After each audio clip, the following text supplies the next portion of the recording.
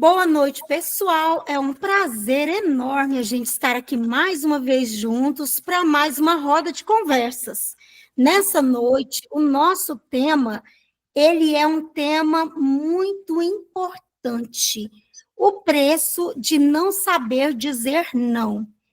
Então, pessoal, o meu nome é Cidelis. Para quem não me conhece, eu sou doutora em psicanálise livre, né? Tenho também cursos livres em duas instituições diferentes, de mais de 1.500 horas cada curso desses. Já atuo atendendo há mais de 6 anos como psicanalista. Eu sou coach em desenvolvimento social e tenho vários cursos na área da saúde mental. E também sou autora de livros, já escrevi 4 livros a respeito de narcisismo. O último é Narcisismo, Oncologia e Psicanálise, o que quer dizer que eu estou bem preparada para estar falando com vocês a respeito do assunto doenças psicossomáticas. Então, nós hoje vamos falar a respeito do assunto o preço de não conseguir dizer não, e para isso eu trouxe aqui, junto comigo, para falar, uma pessoa que é muito importante para mim, que com certeza, como eu não era psicanalista quando ela era criança, eu devo ter causado alguns recalques, porque a gente é a mãe suficientemente boa e não 100% boa. Então, a Camila Pinheiro, minha filha, vai se apresentar para vocês. Ela é psicóloga e ela vai continuar falando aí sobre ela. Olá, pessoal, boa noite, tudo bem? Então, eu sou psicóloga, sou estudante de psicanálise e para mim é um prazer estar aqui com vocês hoje.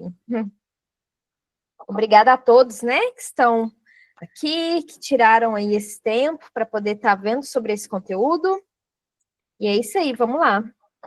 E o detalhe a respeito desse conteúdo é que quando a gente está aprendendo esse conteúdo, a gente está aprendendo a cuidar da nossa própria saúde. Por quê? Porque todos nós, cada dia que nós falamos a respeito de doença psicossomática, a gente traz um tema diferente. Nos últimos, nós trouxemos 2 tipos de hipocondria diferentes. A hipocondria da dor, quando a pessoa tem uma doença real, mas é uma hipocondria, porque a pessoa ela tem ali uma mania de doença, né? Que, na verdade, é uma maneira dela conseguir uma atenção, um carinho, ou ela mesma está olhando para ela, e também a hipocondria do vitimismo. E hoje vai ser a respeito, né, do preço de não conseguir dizer não. Então, para começar, a gente vai falar que nós vivemos numa sociedade patriarcal. Então, tanto mulheres quanto homens na infância são bastante dominados aí pelos pais, pela maneira que eles também foram criados, porque a pessoa ela vai trazer aquilo que ela tem. A gente não vai conseguir dar para o outro o que nós não temos. E muitas vezes o que a pessoa teve na infância, os nossos pais, foram tratamentos piores do que o que eles deram para nós. Então, a gente tentou dar para os nossos filhos o melhor, mas nós somos imperfeitos e falhos. Então, por isso é que nós precisamos aprender psicanálise e falar de maneira profunda e olhar para como é que o nosso psique vai afetar a nossa pele, a nossa carne, o nosso corpo e fazer com que a gente adoeça o nosso estômago, desde um problema pequeno até um problema maior, um problema onde a pessoa pode ter uma AVC, onde a pessoa ela pode vir a desenvolver até mesmo um câncer. Então, é muito importante que a gente esteja realmente inteirado desses assuntos, porque psicanalista, ele ajuda sim, o paciente a melhorar não apenas a doença da mente, mas também a doença que o corpo produz, porque a alma,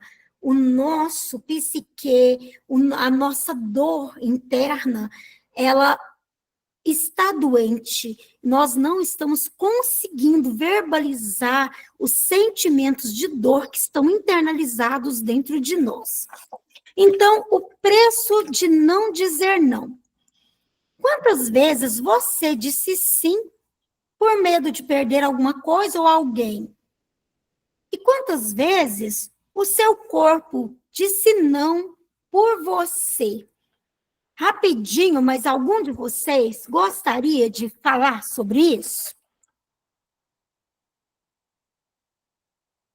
Pode ficar à vontade, eu vou achar muito bom que alguém queira falar a respeito de quantas vezes o seu corpo disse não por você. Bom, já que vocês querem ouvir, mas quando quiserem participar, pode ficar à vontade, porque para a gente é um prazer. Aqui é uma roda de conversas, então todo mundo pode participar. Hoje eu acho que vocês estão querendo entender, né? Como assim o corpo vai agir se eu não dizer não quando eu quero dizer não e não digo. Então, nós vamos agora passar aqui para o terceiro slide, raízes do psiquismo do não silenciado. Então, esse encontro é um convite para que nós possamos refletir juntos qual é o custo de não se colocar em primeiro lugar. Na dimensão psicanalítica, o medo de perder amor, aceitação, frequentemente vai gerar submissão. Eu me lembro que ontem, quando eu mais a Camila estávamos preparando, ela me perguntou, mas como assim o medo de perder amor e aceitação vai gerar submissão? Por quê? Porque desde a infância a gente aprende que tem que ser bonzinho, ficar calado, suportar tudo. Então, por exemplo, você participa em vários lugares onde tem mais de uma pessoa, 5, 10, 20, 100.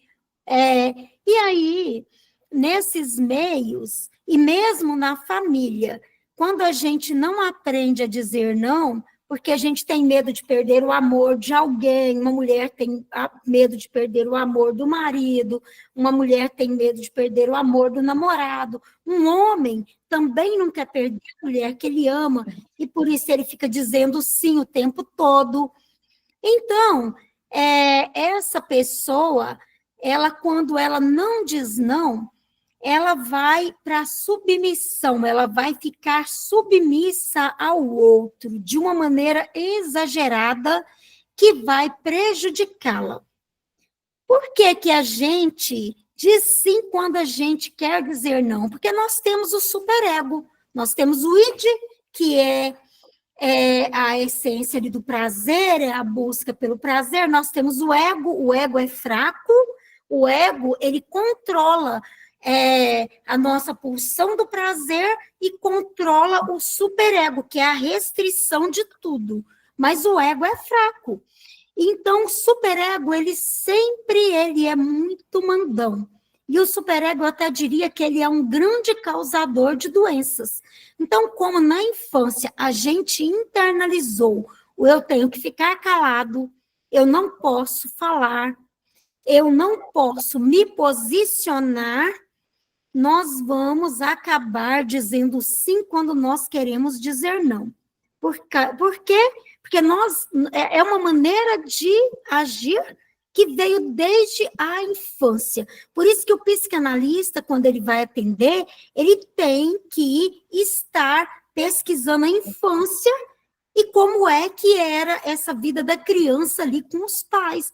Como é que os pais dava liberdade para ela de dizer não? Ou será que ela sempre tinha que ser boazinha o tempo todo, com todo mundo? Então, aqui mostra que desde cedo a criança aprende a associar agradar com ser amada. A criança pensa que quando... Por quê? Porque muitas vezes, quando ela faz alguma coisa que não agrada, ela vai ser punida. Ela vai ser punida, ela vai ficar de castigo, muitas vezes por motivos que ela não entende, que parecem fúteis, mas é uma maneira de domar e de fazer com que ela aprenda a ser submissa. E, inclusive, a religião também faz isso com a pessoa. Você entra numa religião, você começa a ouvir ali as pessoas, a princípio você foi buscar a fé, a princípio você foi buscar o bem-estar da sua família, viver bem uns com os outros, aí de repente você começa a ouvir, tem que fazer assim porque é assim que Deus gosta, tem que fazer assim porque é assim que tem que ser, e você vai ser dominado pelo superego rígido daqueles líderes religiosos ali, que, sem você perceber, estão dominando você e estão te manipulando e você não percebe. Você vai deixando de ser você e você vai fazendo do jeito que o outro espera de você. Você vai fazendo de uma maneira vagarosamente, não é de uma vez. É o tal do vaso de barro que tem que ser moldado. E aí você... Sim, a gente tem que ser moldado no bem, nos princípios, em fazer o que é certo, mas nós temos que observar até onde eu quero ir, até onde é o meu limite, o que é que eu vim buscar aqui, até onde me interessa estar fazendo isso que o outro está pedindo de mim, até onde isso não está prejudicando a minha saúde emocional e física. Então, isso é o que eu trouxe agora e eu vou passar para a Camila para que ela continue falando e contribuindo conosco. Eu acho que a Lânia tem uma pergunta. Na verdade, é mais um complemento, porque a gente escuta muito quando criança que não é para a gente falar nossa opinião com os mais velhos, porque a gente não sabe de nada ainda da vida. Né? Então, a criança vai internalizando, ela vai se calando, ela vai se omitindo mal, ela para de querer ter vontade de opinar, né? E de entrar no convívio social. Por quê? Porque os outros todos são mais velhos que ela. Então, assim, o que adianta ela falar? Para evitar conflitos, né? Que nem o pai e mamãe querendo que um autista converse com todo mundo que chega em sua casa. O que eu tenho que falar? O visitante não é meu, é do meu pai e da minha mãe. Eu era obrigada a abrir a porta, sair, conversar, uma coisa que não tinha interesse para mim. Então, assim, tem coisas que não tem nexo, né? E a gente, quando a gente fazia o oposto, a gente era reprimido, a gente era punido, a gente era condenado, né? Mas você está sendo grossa. Eu estou sendo grossa por quê? Se eu for na casa deles, eles não vão falar comigo, eu vou falar com você. Então, assim, eu não via sentido. Até hoje eu não vejo muitas coisas, eu não vejo sentido. E está se repetindo na fase de adulta. Por exemplo, não pode falar porque ela é diretora, ela tem direito de... Mas por que não posso opinar na situação da escola? Temos crianças que precisam de mais atenção ali, né? Vai ter reunião com todos? Quem é que cuida ali do pátio com crianças grandes e crianças pequenas? Uma quase atropelando as outras. Uma berrando com o autista junto, tendo problema de audição e tudo mais. Eu falei assim, eu não vou para a reunião, vou ficar cuidando ali. Muito obrigada, Lânia. Olha, Lânia, a gente fica muito feliz de você trazer aqui para a gente um fato assim tão grande, tão interior seu, né, tão íntimo, mas que realmente ajuda todo mundo aqui a entender a respeito disso, né? Então, assim, o fato da repressão e o silêncio interior, o Freud, ele falou sobre o fato de ter sido forçado a abrir a porta, sair, falar, num ambiente que indica uma vivência marcada por uma coerção, né? E uma presença de um conteúdo emocional proibido, ou seja, aí a gente tem que pensar, será que quando eu era obrigada a receber e ser educada com as visitas que não eram minhas, será que eu estou trazendo isso para a minha vida hoje? Será que hoje eu ainda estou continuando a dizer sim quando eu queria dizer não? Então, muito obrigada pela sua contribuição, realmente é muito importante a gente entender então, sobre se isso. torna o inverso. Tem muitos que se calam, mas tem muitos que se revoltam e acabam ofendendo, porque foram tão reprimidos também, que hoje em dia eles só querem fazer o oposto. Ah, eu não quero, não vou, entendeu? E daí E não o tem controle da Winnicott, entonação mais. então, e o Winnicott, ele traz para nós aqui a questão da triangulação de afetos e a introjeção.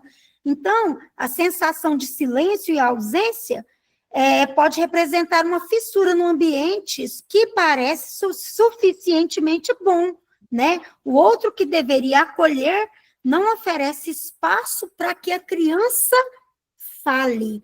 Eu me lembro que quando eu era criança, minha mãe falava, menino, fica calado, os adultos que conversam. Mas agora, pessoal, vamos passar para a Camila e vamos ouvir a contribuição dela, que também ela vai trazer assuntos importantes para nós. Pode passar o slide, por favor. Ah, sim. Então, o corpo fala. Quem que criou, né, a clínica psicossomática? Então, o criador da clínica psicossomática foi Franz Alexander, contemporâneo e discípulo indireto, mas apoiado por Freud. Então, Franz Alexander acreditava, assim como Freud e Lacan, que o conflito psíquico crônico pode gerar não apenas doenças psíquicas, mas também doenças físicas. Quando há ausência de limite externo, o limite transforma-se em limite interno, né? Então, o que acontece? Quando a pessoa ela não consegue colocar esse limite externo, ela não consegue se posicionar, isso vai criando nela uma sobrecarga psíquica, tá? Essa sobrecarga entre o desejo e a barreira, né? Lá em Freud, ele falou isso lá no texto dele da metapsicologia, que ele escreveu lá em 1917, e ele falou sobre isso, que vai criando um caminho neural, um caminho de sinapse.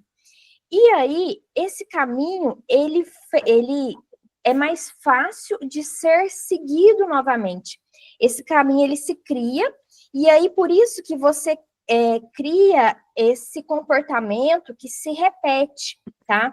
Porque é mais fácil você repetir um padrão que já está criado nos seus neurônios.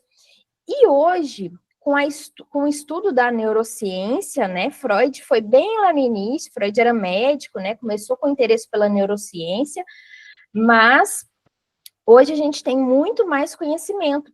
E aí a gente entende que existe uma sobrecarga alostática, que é o seguinte: quando você está sempre sobre exigência, quando você está ali constantemente sobre pressão, né? Então, igual falou ali nas raízes, né? Que a criança não pode dizer não. Então, ela está sempre sendo pressionada a dizer um sim, né? Existe uma imposição de poder sobre essa criança. Isso gera nela uma exigência constante de estar se adaptando. Ela precisa estar sempre ali se ajustando a essas demandas externas, sem pausa. E isso gera um padrão no cérebro. Esse padrão, ele se cristaliza. E aí, para vocês terem uma ideia da seriedade disso, o que acontece na nossa mente, tá? Então, existe uma descarga muito grande de cortisol no cérebro, e isso mexe com algumas estruturas. Então, por exemplo, a amígdala, que ela é responsável por detectar a ameaça, ela fica hiperativada o tempo todo. Então, a pessoa, ela vai estar constantemente ali detectando a ameaça, mesmo em situações que não apresentam risco real, tá? Então, você não consegue colocar esse não.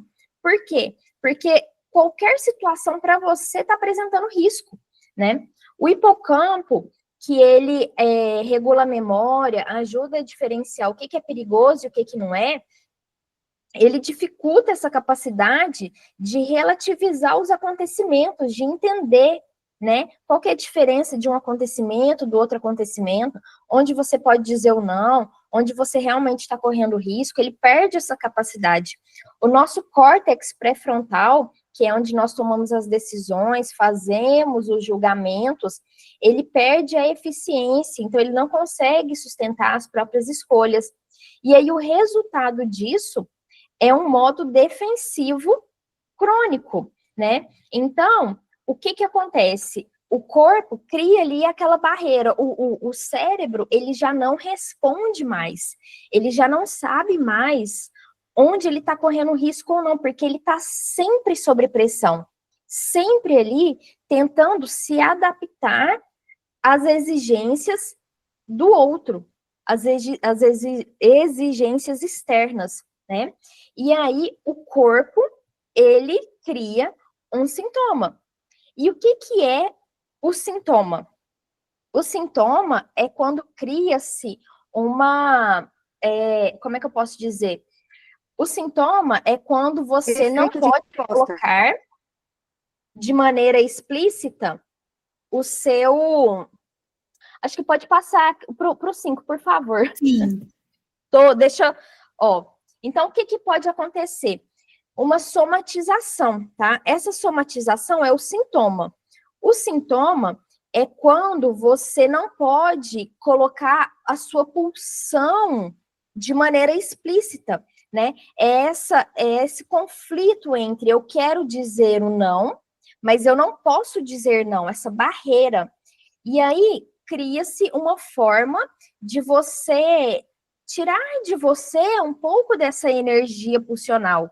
E essa energia pulsional, ela vai sair por meio do corpo, tá? Então, o corpo, ele vai inscrever, ele vai virar palco desse conflito que não foi elaborado. Ele vai manifestar os seus conteúdos ali, aquele não que você não disse, vai se manifestar. O corpo, ele vai gritar, né? E aí vão vir aí várias doenças psicossomáticas, que foi isso que a Cideles, né, falou no início, sobre a questão de que ela começou a ter esse sintoma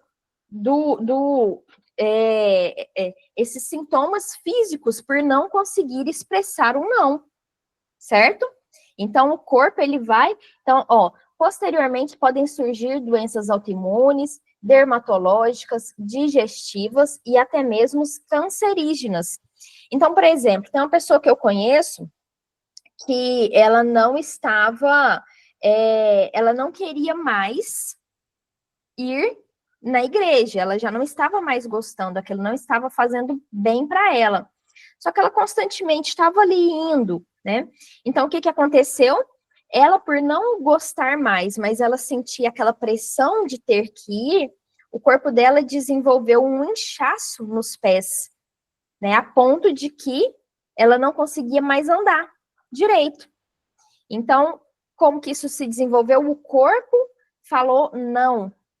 Se você não vai dizer não, eu vou dizer não por você. Eu vou manifestar um sintoma onde eu possa suprir o meu desejo inconsciente e, ao mesmo tempo, ficar dentro da barreira ali. Então, eu vou me manifestar de uma outra forma. E aí se manifestou por meio da doença psicossomática, né? Acho que você também tem um exemplo, não tem, Cideles? Sim, eu vou a um salão de beleza fazer a minha sobrancelha e a pessoa que me atende, outro dia, ela estava reclamando que não queria, de forma alguma, ir numa festa na casa de parentes, porque ela não se sentia bem, não era tão bem tratada ali, e ela não queria ir de forma alguma. E então, de repente, ela travou a coluna, que não conseguia nem se mexer. Então, assim, esse é o tipo de coisa que pode acontecer quando você não coloca um limite externo. Você não coloca o seu limite externo, você está indo para um ambiente tóxico para você, porque mesmo a igreja pode ser um ambiente tóxico, porque apesar de você estar ali procurando o que é bom, As pessoas muitas vezes estão ali umas para julgar as outras, não estão para olhar com amor de verdade, nada. E aí vão usar ali do seu superego para dominar o outro. Quem tem o direito de subir num palanquezinho, numa tribuna, vai falar lá em cima o que quiser e o outro lá embaixo tem que ficar calado. O que subiu fez a cura pela fala, mas o que está lá embaixo vai ser agredido. Então, muitas vezes passa, sim, a ser um ambiente tóxico para quem está lá embaixo ouvindo. E, então, essa pessoa que, por exemplo, fica suportando coisas como, por exemplo, essa mulher, ela ia nessa festa para não desagradar o esposo. O corpo disse: você não está colocando limite. Eu vou colocar. E travou a coluna da mulher. Ou seja, ela nem conseguiu me atender nesse dia. E vocês que estão aí já tiveram uma situação assim? Vocês De falando que... me lembrou daqueles almoços de família, onde as crianças não podem falar nada, só os adultos que falam, e se a criança fala alguma coisa, cala a boca, pirralho, você não sabe de nada. É bem isso mexe isso, com a né, autoestima, Lânia? né, Lânia? Mexe com a autoestima, além de você estar se calando, de não estar podendo colocar, você vai perdendo aos poucos, né, o seu senso de valor. Não, você perde vontade de querer conviver em família, para falar a verdade. A vontade de mandar todo mundo pros quiabos. Não, se tiver essa vontade, tá ótimo, né?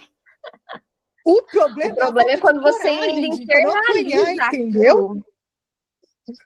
O problema, Camila, não é ter vontade, é só não ter a coragem para não apanhar.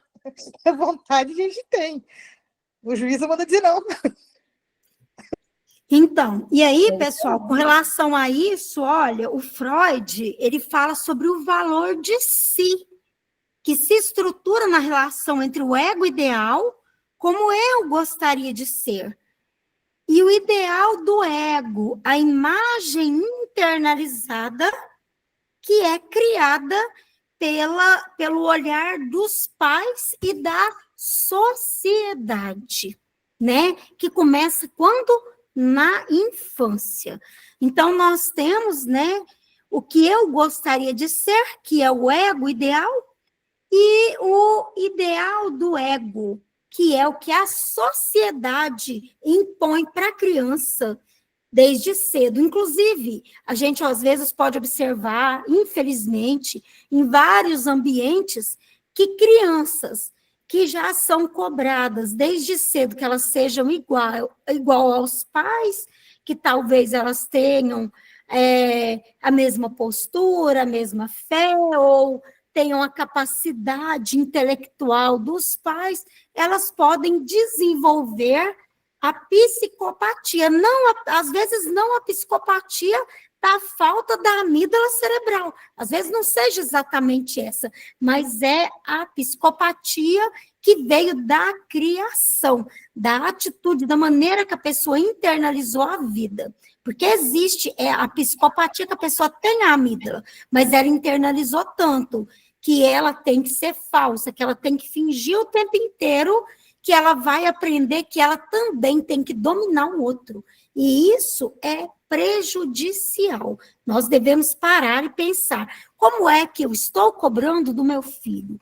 O que é que eu estou falando? Será que eu estou dando direito para ele de ser dono do que é dele, de falar o que ele quer? Então, vamos ver aqui, a Ivanilda quer entrar. Deixa eu deixar a nossa amiga Ivanilda entrar. Ivanilda, muito obrigada por estar aqui com a gente, viu? Ah, ela ainda não entrou, não. Ivanilda, muito obrigada por estar aqui com a gente. Que bom que você está participando. Muito obrigada.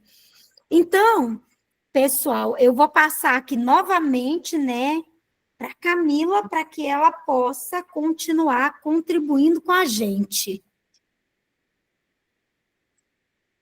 Pode colocar aí no último slide, por favor? Sim. Deixa eu ver, cadê os slides agora?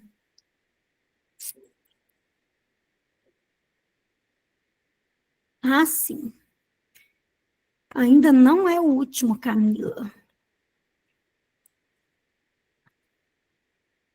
Então é a senhora. Então É o sou eu. 6. Peraí, só um minutinho. Deixa eu fazer uma transição aqui para eu conseguir abrir esse slide. Agora sim. Então, vamos lá para o 6. Como ajudar através da psicanálise? Então, pessoal, a psicanálise, ela ajuda a pessoa, né, a olhar para si mesma, assim como nós contamos aqui sobre a experiência, né, de que, por exemplo, antes de começar a gravação, de que eu estava com umas plaquetas em 820 milhões, né, o normal é de 150 milhões a 450, estava em 820, se chegasse 1 milhão, era câncer agudo, e eu consegui reverter isso. Então, de que maneira, né? Caminhos de transformação. Então, na psicanálise, nós podemos explorar e resgatar a origem inconsciente do medo de dizer não. E muitas vezes, gente, a doença, ela não é um mal. A doença é um mal? É um mal. É uma coisa ruim? É. A gente não quer ficar doente, mas ela é um chamado. Ela está fazendo, ela está gritando, falando para você, para de se agredir. Para de aceitar que as pessoas façam de você o que elas quiserem. Então é isso, é um chamado, a doença é um chamado para que a gente comece a olhar para nós. Seja como for, nem que seja da pior maneira, a doença vai falar, eu não vou mais permitir que você se agrida. É isso que a doença faz com a gente, mas nós podemos melhorar. Então, o trabalho analítico, ele ajuda o analisando a integrar o não em sua fala como algo natural. Um gesto de cuidado que a gente vai ter conosco mesmo, e não uma agressão ao outro. Quando a gente diz não, a gente não está agredindo ninguém. A gente só está tendo nosso direito de ser dono do nosso psique, de ser dono da nossa vontade, de ser dono da nossa vida, de ser dono de fazer o que a gente quer e não o desejo só do outro. Ou seja, é quebrar o superego e conseguir lidar com a gente com mais amor.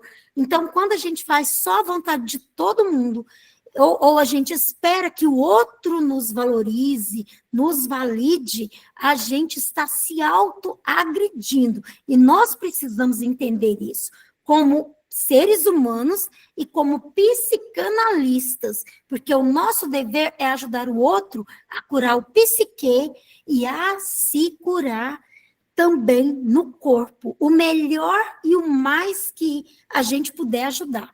Porque a gente vai tentar, sim, ajudar aquela pessoa a vencer ou diminuir e muito aquele problema de doença. E isso acontece mesmo, muitas vezes, e com muita gente, quando começa a praticar o auto-amor.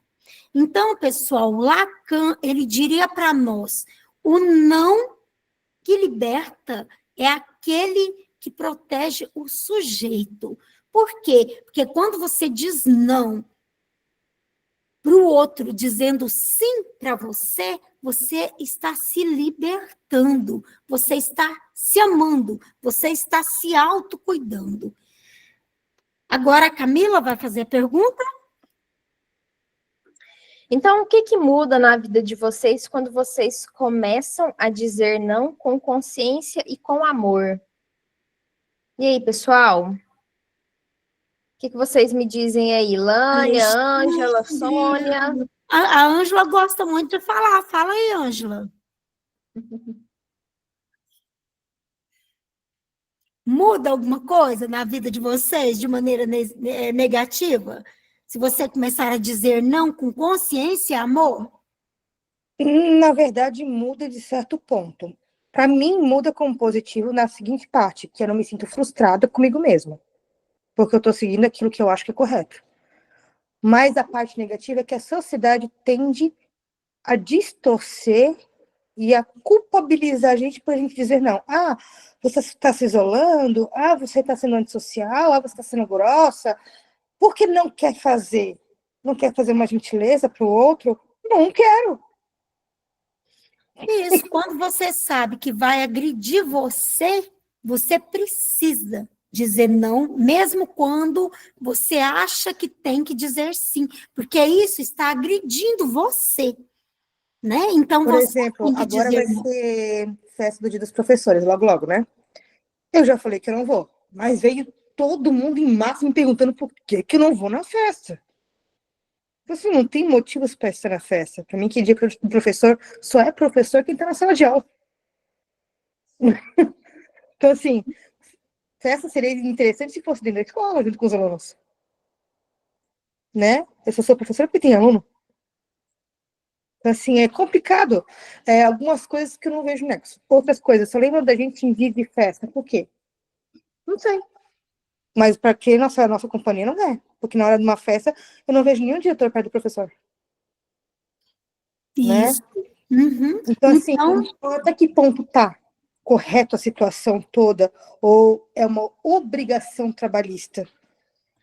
então, ocupar o seu espaço é você se respeitar, né? E agora nós vamos passar para a Camila. Se alguém mais quer falar, o Alexandre, a Ângela, todo mundo aí que está participando, comenta, gente, fala alguma coisa. A Ângela, pode falar, Ângela, por favor.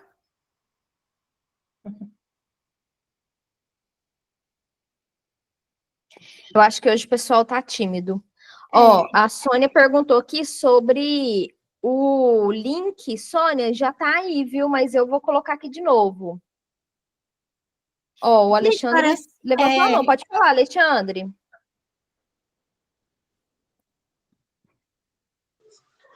Boa noite a todos, tudo bem? boa noite. Boa noite. Eu estava fazendo aqui uma reflexão acerca da religião, no caso, né? A gente está no meio dessa parte e a gente vê bastante coisa acontecer nesse sentido, porque as pessoas, elas vêm para a igreja na questão e muitas das vezes elas vêm e ficam presas verdadeiramente naquilo que se é falado, né? Então é muito importante a pessoa ter um autoconhecimento, né? Porque a pessoa vai para a igreja, ela acaba tendo uma disposição de dopamina, né? Ali ela recebe que o nosso cérebro vai causar isso, né? E ela tem aquele momento de prazer. Então a pessoa às vezes ela entra numa fase depressiva, né? Dentro da religiosidade e por causa da dopamina, né? No caso que ela recebe nos cultos, né? Na verdade, ela fica presa ali naquele ambiente e ela não consegue dizer não, né? Ela vê que está fazendo mal, ela vê que está ruim, ela vê que infelizmente ela não está se adequando àquilo lá, mas por causa da dopamina ela continua, né? Vindo nos cultos, participando, mesmo não está sem querer, porque ela já está depressiva, né? E muitas pessoas já estão depressivas nesse lugar, né? Porque elas não concordam com o que acontece, mas muitas das vezes, por causa da dopamina, elas ficam ali, né? Porque aquele momento de prazer, aquele momento de euforia, como elas estão depressivas, aquele momento para ela ali é um momento de prazer. Então, elas não se conhecem, e o superego ali, ele vai fazer com que a pessoa ela passe por isso como se fosse uma coisa boa, né? E isso aí é muito importante a pessoa fazer mesmo uma análise, fazer uma terapia, para ela se conhecer, para ela entender que tudo isso aí que ela está fazendo está causando mais mal, né, para ela do que bem, porque o bem ali é só aquele momento só vamos falar assim, de prazer. Depois ela volta para casa e ela volta para casa às vezes até pior do que ela chegou, né, naquele ambiente onde ela foi buscar a verdade, cura, né? Ela acaba saindo mais doente do que curada, né? Nesse sentido, vamos falar assim, nesse pensamento que eu tive aqui. Isso, e você tem toda a razão, Alexandre, porque a pessoa tem que sim fazer, observar, é o que a gente disse, né? Até onde e o que interessa para ela, né? Então, assim, existe o superego religioso. O Freud, ele já observava que as religiões podem sustentar-se sobre culpas inconscientes. Então, assim, o que é que não é bom? A gente deve, por exemplo, numa religião, usar o positivismo. Se ficar usando só o pecado e a culpa para estar segurando as pessoas ali, talvez não seja tão positivo, né? Porque, assim, talvez uma pessoa cometeu um pecado há 20 anos atrás e aquele pecado está sempre ali na mente dela e acusando e acusando. E também existem religiões e religiões, existem pessoas que vão, lugares que vão cobrar muito da pessoa no sentido de a pessoa estar atuando, estar fazendo isso, estar fazendo aquilo, estar se doando ali, como religiões que as pessoas têm que andar de casa em casa todos os dias, porque isso é a fé. Talvez a pessoa vai deixar de fazer uma caminhada, vai deixar de fazer uma coisa que ela quer, para estar ali fazendo aquilo. E o superego cobra. Ela vai pensar, se eu não fizer isso, se eu não for fazer esse tipo de trabalho, eu não estou sendo religiosa. E lá em cima, alguém vai subir e vai falar, a fé sem obras está morta. Não é que a pessoa não tem fé e que está morta, é que cada um tem o seu limite de dar. E Deus, ele aceita o que a pessoa pode fazer, e não o que o outro deseja. E cada um tem o seu limite psíquico e físico. E aqui também fala, o Freud fala sobre o gozo e a repetição. Mesmo que o sujeito ele sofra, é um tipo de gozo inconsciente em permanecer na repetição ritualística da religião. Às vezes, por exemplo, essa mulher que a Camila falou, às vezes ela sofre, não gosta, não quer ir mais, não acha bom ficar andando de casa em casa todo dia, está acabando com os pés dela, está deixando de fazer exercício, de se cuidar, indo todo dia, mas talvez ela seja um pouquinho hipocondríaca, talvez ela está ali tendo um gozo na dor, né? Porque existe o gozo na dor, que é a hipocondria que nós falamos na última roda de conversas. Então, essa pessoa, ela vai manter o lugar de submissão, né, que também faz ela se sentir pertencente, mesmo ela estando ali, acabando com a saúde dela, deixando de se cuidar, sabe que está doente, precisa fazer uma caminhada, precisa fazer exercício físico, precisa de um descanso e está ali todo dia. Então, pessoal, não tem a ver com essa ou aquela, e são situações diferentes, né, Alexandre? Você entendeu, né, Alexandre? Entendi, sim. Perfeito, esse mesmo. Isso. Agora, parece que quem levantou a mão... A Ângela tinha levantado a mão? Alguém mais levantou a mão? Eu tinha levantado a mão. Então, pode falar, por favor. O que acontece, Cidelis, é que a sociedade, né, ela tem a mania de querer padronizar os cidadãos, né? Todo mundo tem que ser igualzinho, o diferente não tem vez na nossa sociedade contemporânea. Então, o que se sucede, né? Como você falou aí, muitas vezes as pessoas elas cometem um masoquismo, né? Vamos dizer assim também, porque quando você fala, eu já falei isso também na aula sobre relacionamentos abusivos, né? Questão de Freud, Lacan e esse masoquismo, né? Nas duas aulas que eu falei. Então, o que acontece? Vocês também podem ver, se vocês quiserem, que vai estar lá também. Mas o que acontece? A pessoa sente esse gozo, né? Porque, como Lacan fala muito sobre esse gozo no sofrimento, né? Mas é porque sempre, de alguma forma, a pessoa tira uma vantagem nesse sofrimento, né? Porque ela, de uma certa forma, ela tem, às vezes, uma autopiedade e, nesse sentido, ela vai se vitimizar de alguma forma, né? E aí ela vai ser a coitada diante das outras pessoas. Muito Mas, bem, no entanto, também, Cidelis, as pressões sociais são muito grandes, né, na nossa sociedade contemporânea. Nesse sentido, muitas pessoas se veem coagidas mesmo a fazer determinado tipo de coisas. Como a gente fala aí nessas situações todas, né? A lacração, né? é a lacração e todo mundo tem que se submeter à vontade do outro. Mas quando você se submete à vontade do outro, você vai se perdendo de si, né? Vai perdendo a consciência de si, vai se perdendo de si mesmo e da sua identidade, do que você quer, do que você gosta, do que você deseja, né? Isso. Deixa de ser a tua personalidade deixa de existir. E Ângela, Então, isso tudo que você falou tem uma importância muito grande, porque muitas vezes quando você está num culto religioso e tal, em determinados lugares, pessoal, não estou falando dessa ou daquele lugar, não. Aí as pessoas vão contar experiências, fulano estava doente, com câncer, não conseguia andar, mas dava um jeito e estava todo dia fazendo o trabalho voluntário da igreja.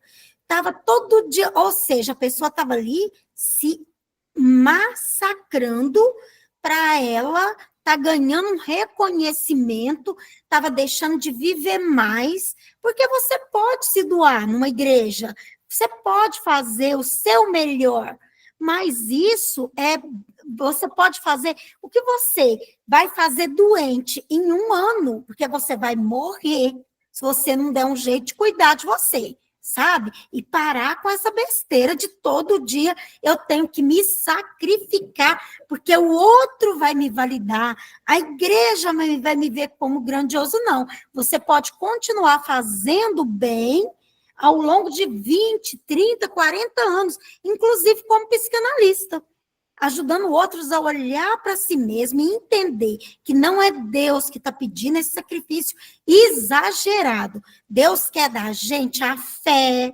a submissão, os princípios, os valores. Ele não quer que a gente se mate para servir enquanto você está doente, sem cuidar de você. Então, a gente olha de todas as maneiras a importância de aprender a dizer não. E agora eu vou passar para a Camila, pessoal. E vou passar o próximo vídeo aqui, o próximo slide. Délis, Camila? Posso... Pode. Délis, posso terminar assim? Porque o que eu falei, assim, você vê, ó, você está falando das religiões, né? Se você perceber, as religiões é o oposto do que Freud apregou, né? Porque a dominação religiosa, não estou falando de uma nem de outra religião, não estou falando da maioria delas, elas tentam controlar a sexualidade das pessoas. Não sei se você já percebeu isso. O controle da sexualidade, que é uma coisa muito natural no ser humano, é o que eles mais condenam. E, no entanto, é uma coisa da natureza humana como todo animal, como de todo animal. E nós também somos animais racionais, mas temos que ter comportamentos sociais para manter a civilidade, mas não podemos nos submeter, porque assim a gente está se imolando, né? A gente está se ferindo, a gente está se machucando, e quando a gente se machuca, aí as doenças psicomáticas vêm para mostrar para a gente que a gente está no caminho errado, né? Que a gente tem que refazer todo a nossa, como você falou, as nossas ligações neuronais, né? Através da psicanálise, que a psicanálise é fantástica. Nossa, desde que eu comecei a conhecer a psicanálise, eu fiquei fascinada, porque é um campo assim, muito, muito importante, né? Eu acho que na nossa sociedade, como a gente vive hoje, é importantíssimo. As pessoas estão precisando muito se conhecer. E, pessoal, eu acho que a psicanálise é tão fundamental na vida das pessoas. E psicanálise não existe sem aprender sobre doenças psicossomáticas. Então, olha, na próxima reunião, vocês estejam aqui e convidem as outras pessoas, porque psicanálise é em especial para ajudar a curar a mente e melhorar a dor do corpo. Então, sem a doença psicossomática, Como é que você aprende? Você aprende o básico. Isso aqui é o que é profundo. É olhar para o que está interno. É olhar de uma maneira sem preconceito. Agora, Camila, por favor, você pode apresentar o último slide? Desculpe, tá, Camilinha?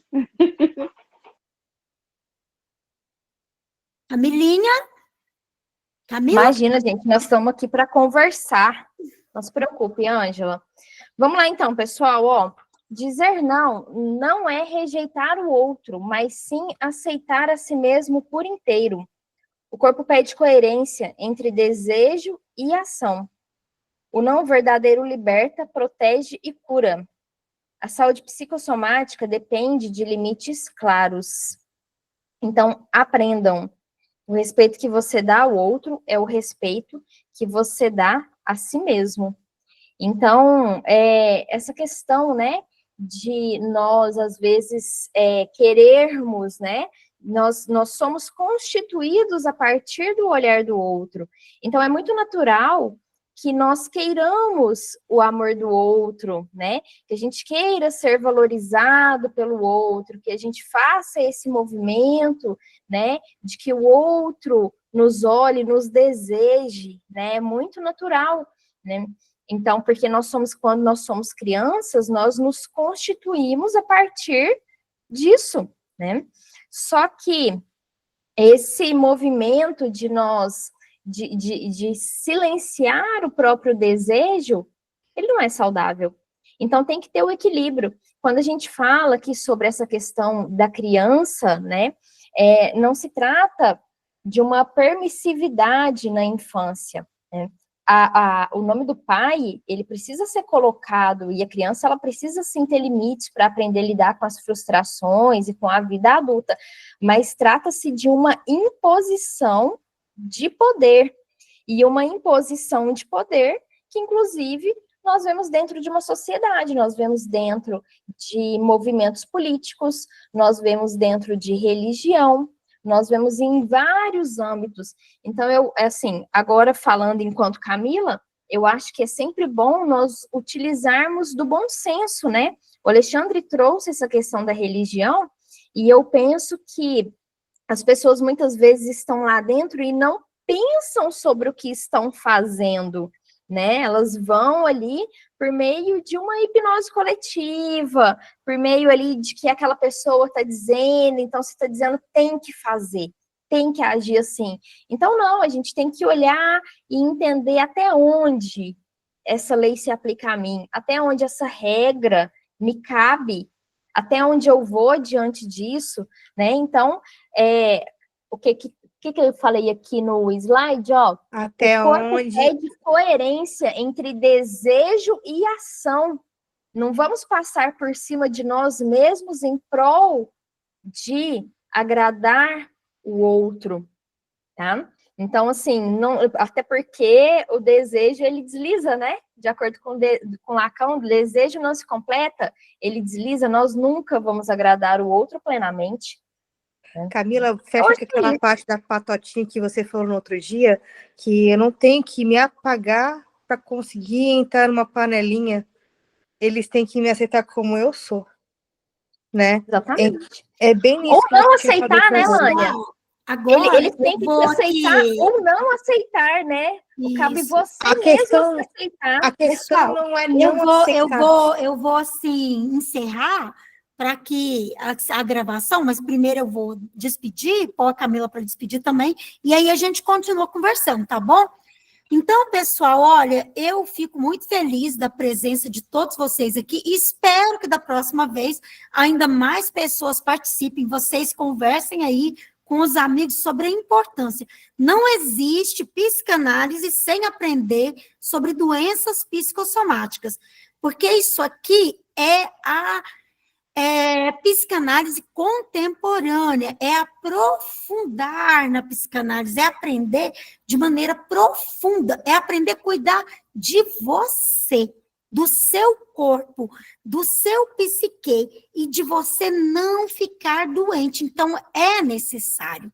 É totalmente necessário. Não só para a gente cuidar do outro, é para a gente cuidar do outro enquanto psicanalista, mas é para cuidar de nós.